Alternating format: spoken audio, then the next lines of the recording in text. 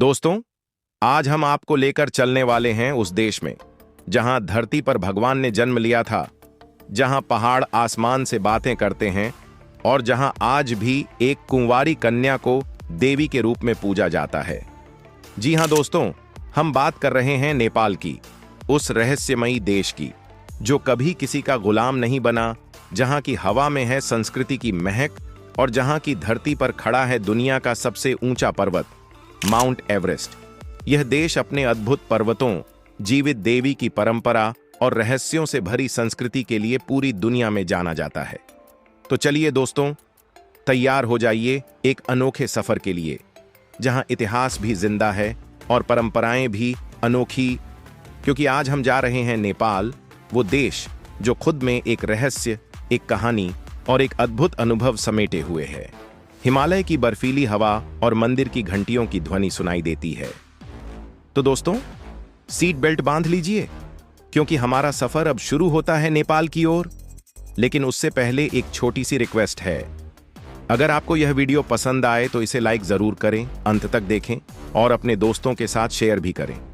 साथ ही चैनल को सब्सक्राइब कर लीजिए ताकि हमारी आने वाली वीडियो सबसे पहले आप तक पहुंचे। दोस्तों, नेपाल एक बेहद खूबसूरत देश है। इसके उत्तर में तिब्बत है, जबकि दक्षिण, पूर्व और पश्चिम की सीमाएं हमारे प्यारे देश भारत से जुड़ी हुई हैं। जी हां दोस्तों, नेपाल एक हिंदू बहुल देश है और प्रतिशत के आधार पर यह दुनिया का सबसे बड़ा हिंदू राष्ट्र माना जाता है। यहां की भाषा नेपाली है, यहां के लोगों को नेपाली कहा जाता है और यहां की मुद्रा भी नेपाली रुपया ही है। करीब 3 करोड़ की आबादी वाले इस देश में हिंदू धर्म के लोग लगभग 81% हैं, बौद्ध धर्म के लोग करीब 9% और मुस्लिम धर्म के लोग लगभग 4% हैं, प्रतिशत के आसपास हैं। नेपाल की राजधानी काठमांडू है, एक ऐसा शहर जो अपनी खूबसूरती और इतिहास के लिए प्रसिद्ध है। यहां दरबार, स्क्वायर, बौद्धनाथ स्तूप और पशुपतिनाथ मंदिर जैसे कई यूनेस्को विश्व धरोहर स्थल मौजूद हैं, जिन्हें देखने लोग दूर दूर से आते हैं। और खास बात यह है कि भारत के लोग बिना वीजा या पासपोर्ट के नेपाल घूमने जा सकते हैं, क्योंकि दोनों देशों के बीच भाईचारे का रिश्ता सदियों से बना हुआ है। नेपाल की संस्कृति और इसकी आबोहवा लोगों को इस कदर आकर्षित करती है कि दुनिया भर से पर्यटक यहां बार बार आने से खुद को रोक नहीं पाते। दोस्तों, पूरी दुनिया में नेपाल ही एक ऐसा देश है जो आज तक कभी किसी का गुलाम नहीं बना। जी हां, यही वजह है कि यहां किसी भी तरह का स्वतंत्रता दिवस नहीं मनाया जाता। हालांकि नेपाल में लंबे समय तक राजशाही रही, लेकिन वर्ष 2008 में यह देश राजाओं के शासन से मुक्त होकर एक गणराज्य बन गया। दोस्तों, नेपाल सच में एक ऐसा देश है जो अपने इतिहास, संस्कृति और प्रकृति तीनों को एक साथ समेटे हुए है। दोस्तों, नेपाल वह देश है जहां कई ऊंचे पर्वत और अनगिनत चोटियां मौजूद हैं, जिनमें से हर एक अपनी अलग पहचान रखती है। आपको यह जानकर हैरानी होगी कि दुनिया की 10 सबसे ऊंची चोटियों में से 8 नेपाल में ही हैं और इन्हीं में शामिल है माउंट एवरेस्ट, जो विश्व की सबसे ऊंची चोटी है। यहीं पर दुनिया भर से लोग पर्वतारोहण करने आते हैं।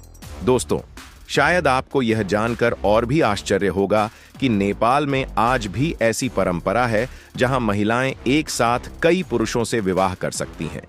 जी हां, यहां की समाज व्यवस्था महिलाओं को कई अधिकार और स्वतंत्रता देती है। यहां यह आम बात मानी जाती है कि एक महिला एक ही समय पर एक से अधिक पुरुषों के साथ वैवाहिक संबंध रख सकती है और यह परंपरा नेपाल की संस्कृति का हिस्सा है। अब बात करते हैं एक और अनोखी परंपरा की। दोस्तों, क्या आपने कभी किसी जीवित देवी को देखा है? नहीं ना? तो चलिए हम बताते हैं कि नेपाल में आपको जीती जागती देवी यानी कुंवारी देवी, कुमारी के दर्शन हो जाएंगे। यहां की इस परंपरा के तहत एक छोटी सी कन्या को देवी के रूप में पूजा जाता है और लोग उसके दर्शन करने के लिए दूर दूर से आते हैं। दोस्तों, अगर हमारी घड़ी आगे पीछे हो जाए तो हम तुरंत उसे ठीक कर लेते हैं, लेकिन नेपाल में लोगों के लिए समय का फर्क कोई बड़ी बात नहीं होती, क्योंकि नेपाल का समय माउंट एवरेस्ट के आधार पर तय किया गया है। इस वजह से यहां का समय दुनिया के बाकी देशों से करीब 45 मिनट पीछे रहता है। नेपाल का झंडा भी दुनिया में सबसे अलग है। यह दुनिया का एकमात्र झंडा है जो 2 त्रिकोणों से मिलकर बना है। ऊपरी त्रिकोण में चांद है और नीचे वाले में सूर्य, जो हिंदू और बौद्ध धर्म की प्रतीकता को दर्शाते हैं। यह झंडा वर्ष 1962 में आधिकारिक रूप से अपनाया गया था। हालांकि इसका डिजाइन करीब 200 साल पुराना माना जाता है, जो हिमालय की ऊंचाइयों का प्रतीक है। दोस्तों, नेपाल में कई प्रमुख नदियां हिमालय से निकलकर घाटियों और मैदानों से होकर बहती हैं। इनमें प्रमुख हैं कोशी, गंडकी और कर्णाली। ये नदियां न केवल नेपाल की भौगोलिक विविधता को बढ़ाती है, बल्कि राफ्टिंग और कायाकिंग जैसी रोमांचक गतिविधियों के लिए भी मशहूर हैं। नेपाल अपनी संस्कृति और रंग बिरंगे त्योहारों के लिए भी प्रसिद्ध है। इनमें सबसे बड़ा और प्रमुख त्योहार है दशैं, जो 15 दिनों तक मनाया जाता है और बुराई पर अच्छाई की जीत का प्रतीक है। इस दौरान माता दुर्गा की विशेष पूजा की जाती है। इसके अलावा यहाँ तिहार भी बड़े उत्साह से मनाया जाता है, जिसे भारत की तरह ही दिवाली या रोशनी का त्योहार कहा जाता है। आपको जानकर यह भी हैरानी होगी कि नेपाल में 100 से अधिक भाषाएं बोली जाती हैं, जो इस देश की भाषाई विविधता को दर्शाती हैं। नेपाल के संविधान में कई भाषाओं को राष्ट्रीय भाषा का दर्जा दिया गया है, जिनमें नेपाली, मैथिली, भोजपुरी और कई अन्य भाषाएं शामिल हैं। अब बात करते हैं यहाँ के वन्य जीवों की।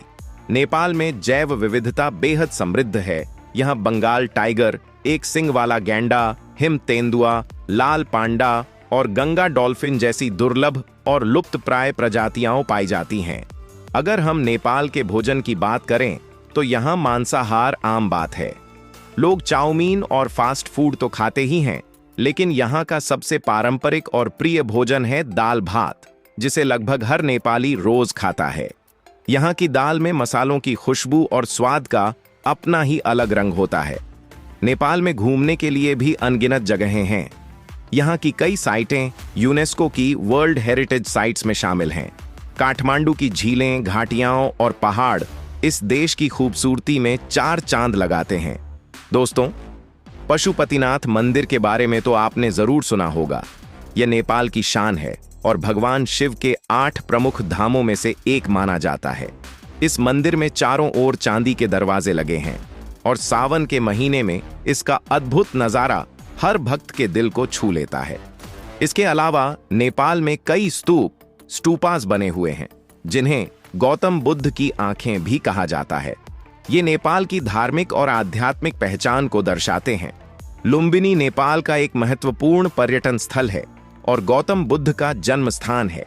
यह स्थान यूनेस्को द्वारा विश्व धरोहर स्थल के रूप में मान्यता प्राप्त करने के साथ साथ बौद्ध धर्म का एक महत्वपूर्ण तीर्थ स्थल भी है। इसके अलावा यहाँ पर बहुत से स्तूप, मंदिर और मठ हैं, जो बौद्ध धर्म के प्रमुख स्थलों में से हैं। सिद्ध बाबा मंदिर, आप सिद्ध बाबा मंदिर दर्शन करने जा सकते हैं, जहां शिवरात्रि और तीज पर खासा तैयारी होती है। हिंदू धर्म को मानने वालों के लिए नेपाल का प्रमुख तीर्थ स्थल। भगवान शिव की पूजा करने हर दिन हजारों की संख्या में श्रद्धालु यहां आते हैं। तो दोस्तों, यही थी आज की हमारी वीडियो। अगर आपको यह वीडियो पसंद आई हो तो इसे एक लाइक जरूर करें और ऐसी ही जानकारी भरी वीडियो देखने के लिए हमारे YouTube चैनल को सब्सक्राइब कर लें। अगर आप और भी देशों और राज्यों के बारे में जानना चाहते हैं तो स्क्रीन पर दिख रही इन वीडियो पर क्लिक करें और हमारी अगली यात्रा का हिस्सा बनें। तो चलिए दोस्तों, अगली वीडियो में फिर मिलते हैं। तब तक के लिए जय हिंद, जय नेपाल।